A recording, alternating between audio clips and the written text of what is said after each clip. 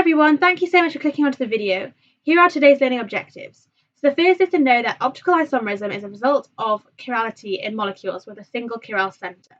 And then to understand that optical isomerism results with chiral centers in a molecule with asymmetric carbon atoms, and that optical isomers are object and non-superimposable mirror images. We're then going to know that optical activity is the ability of a single optical isomer to rotate the plane of polarization of plane polarized monochromatic light in molecules containing a single chiral center. And then we're going to understand the nature of a race-split mixture. Finally, we're going to be able to use data on optical activity of reactants and products as evidence for SN1 and SN2 mechanisms. Now we're going to talk about optical isomerism. So isomers are compounds with the same molecular formula, but with a different structural formula. And stereoisomers are compounds which have the same structural formula, but a different arrangement of atoms in space. And so stereoisomers are a form of isomer. And one type of stereoisomer that we have is an optical isomer. And this occurs when we have four different substituent groups attached to an asymmetric carbon. So we call this carbon a chiral center. And this occurs as a result of chirality in molecules. And this asymmetric carbon atom we call chiral, and this gives rise to optical isomers or enantiomers, which exist as non-superimposable mirror images, and they differ in their effect on plane polarized light. A mixture of equal amounts of enantiomers is called a race-split mixture or a racemate. And so, for example, we'll look at 1-bromo, 1-chloroethane. So it looks like this.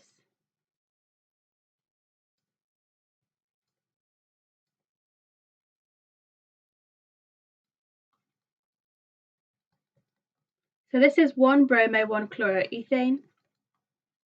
And now what we do is we reflect this. So if we draw an imaginary mirror line, then what we do is we reflect it. And this carbon here is called the chiral carbon, and we normally denote this by a star.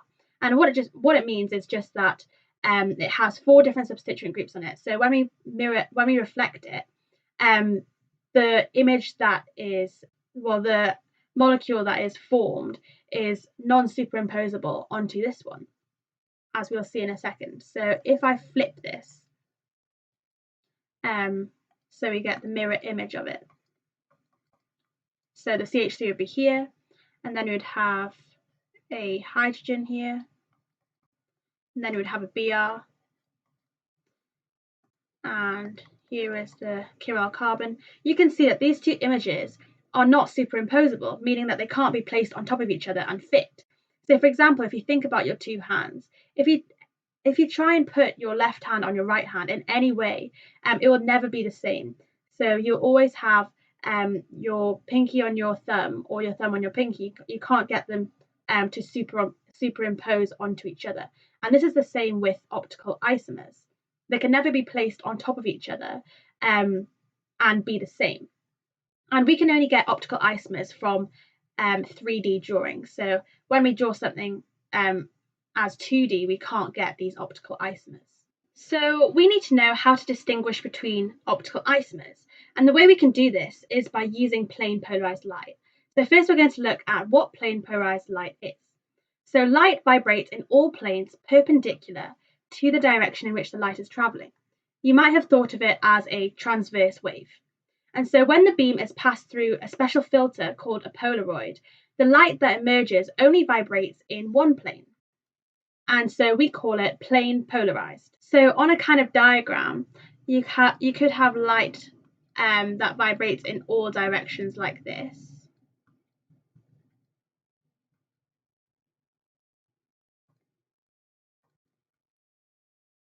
And what happens after it emerges from this Polaroid is that we only get it in one direction.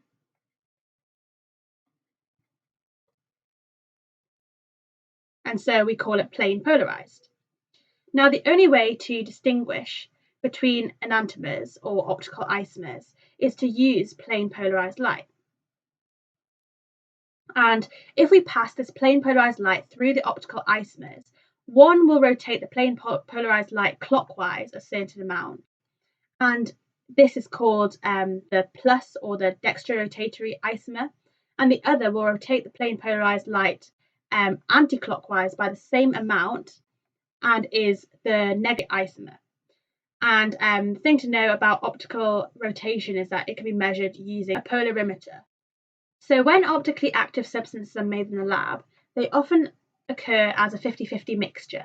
And what an optically active substance is just a substance with a chiral center that we can get two enantiomers out of. And so because they occur as a 50-50 mixture, which is called a racemic mixture or a racemate, these racemic mixtures won't have any effect on plane polarized light. And so we call them optically inactive mixtures. And that's because you'll have the minus isomer as well as the plus isomer. So then one of the isomers will rotate it clockwise by a certain amount, and the other one will rotate it by the same amount but anti-clockwise. And so overall, there's no effect. Whereas what it's doing is that the plus isomer is rotating it clockwise by a certain angle of theta. And so this is the plus or the D. But then the other one is rotating it anti-clockwise by the same amount, so also by the angle of theta, and this is minus or L. And so overall, there's no effect, and they balance out. And so the plane polarized light just stays as it is, just vibrating in that one plane. Now we're going to have a look at SN1 and SN2 mechanisms. So as a reminder, SN1 mechanisms are where we have two-step reactions, whereas the SN2 mechanisms are one. So for the formation of a racemic mixture with an SN1 mechanism, we're going to look at a nucleophilic substitution example. So we're going to look 2-bromobutane. So we're going to start off with CH3 and then a carbon, and we have the bromine, and then a hydrogen, and then CH2, CH3. And then what happens is that we have these electrons here from this covalent bond moving towards the bromine. CH3, and then the carbon, CH2, CH3, and then a hydrogen. And this carbon is now positively charged because we've lost some electrons because it was bonded with a bromine. And now what happens is we have a nucleophile attacking. So we have an OH minus, and we're going to bond this with the carbon using these two electrons. So these two electrons are attracted to this positive carbon and so move towards it. And what we form is carbon with a CH3 group, and then a CH2, CH3. And then we also have the hydrogen and the newly bonded OH. And what we actually need to know is that this OH minus can attack from above or below this planar molecule. And so this means that we form this enantiomer and also this one as well. So we have CH3, and then we have an OH here, and then CH2, CH3, and then we also have the hydrogen. So the way I've drawn this enantiomer is by mirroring the first one with an imaginary mirror line. And so we have the first enantiomer, because this is a chiral carbon, so it's a carbon with 4 different substituents attached to it. And so we have optical isomerism. And because this OH minus can attack from above or below the plane with equal probability, we get equal amounts of each enantiomer. And so that means that one enantiomer will rotate plane polarized light by a certain degree in one direction. So let's say this one rotates it clockwise. And then this enantiomer will rotate it anti-clockwise by the same amount as the other enantiomer. And so what we get is no optical activity,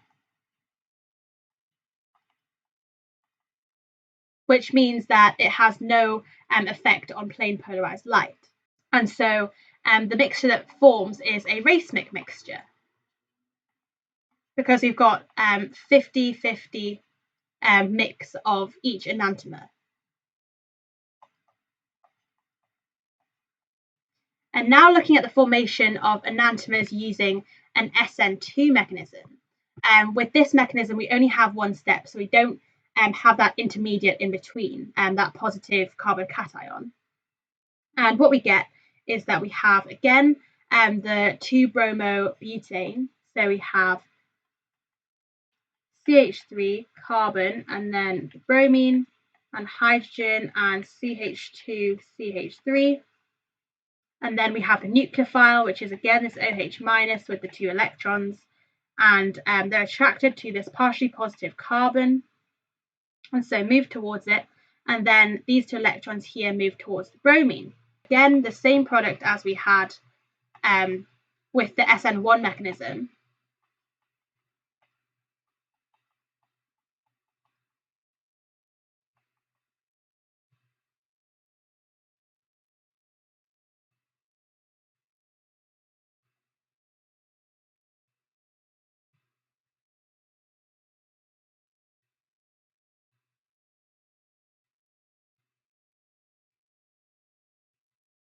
And what we have to note here is that if the reactant was chiral, so it had a chiral center like this one does, then during the reaction, the opposite enantiomer would form. And so the product will rotate light in the opposite direction to the reactant. Carbon with a methyl group, and then we also have an OH, and we also have an OH, and also a hydrogen, and then the ethyl. And the key thing to note with SN2 mechanisms is that they produce just one optical isomer with reversed optical activity. So we have one enantiomer produced, so we get reversed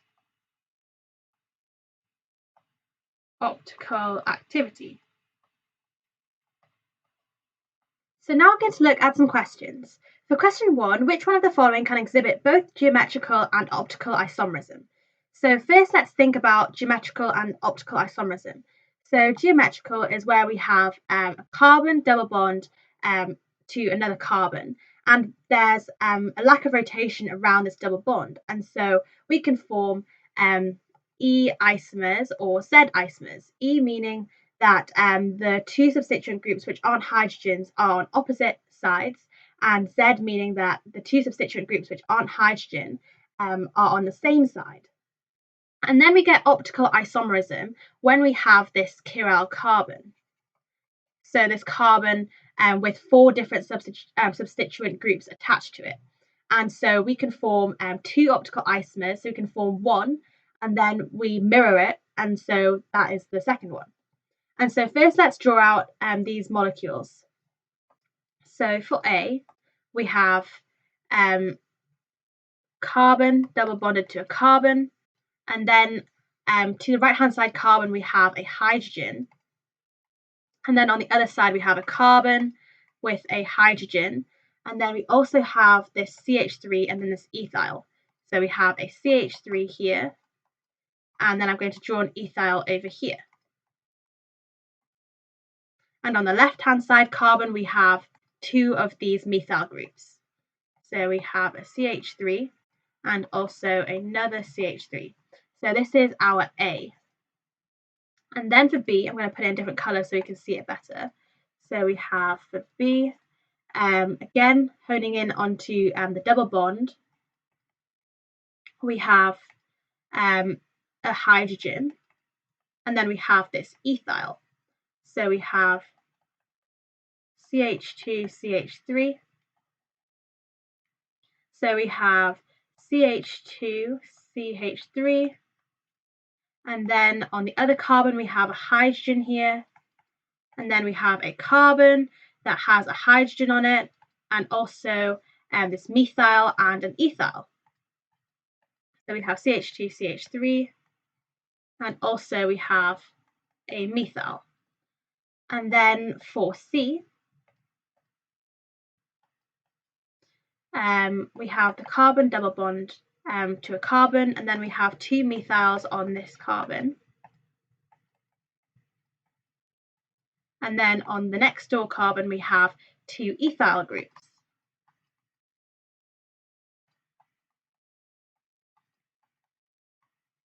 And then for the last one, for D, this time I'm just going to draw it as a straight chain. So we have CH3, CH2, and then we have CH, and then a methyl group, and then we have a carbon, a hydrogen, and another methyl group.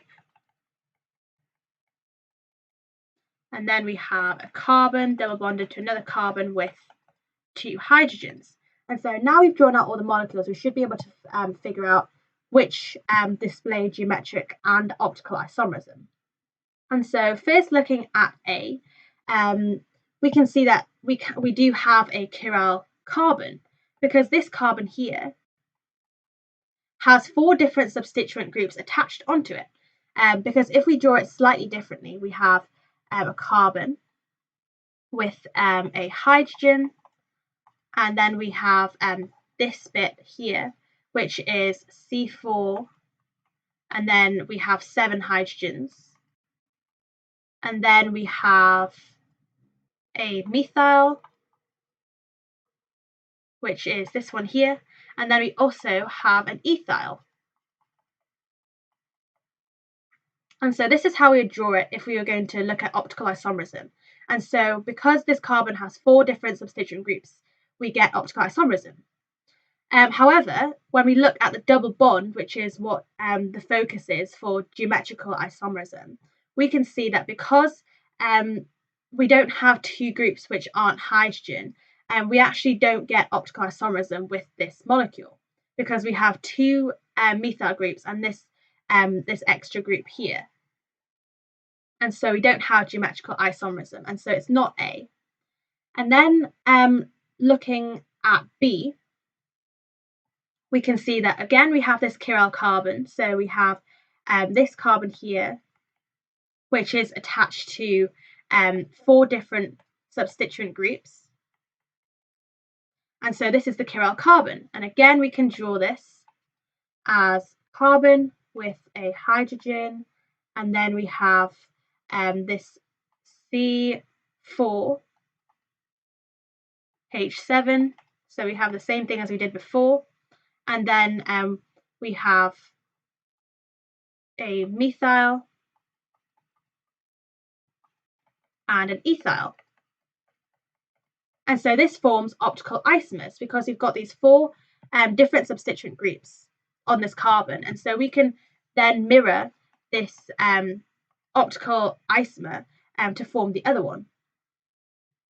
And now when we look at the double bond, we can see that we have 2 groups which aren't hydrogens, and they're also different. So we have this group and this group.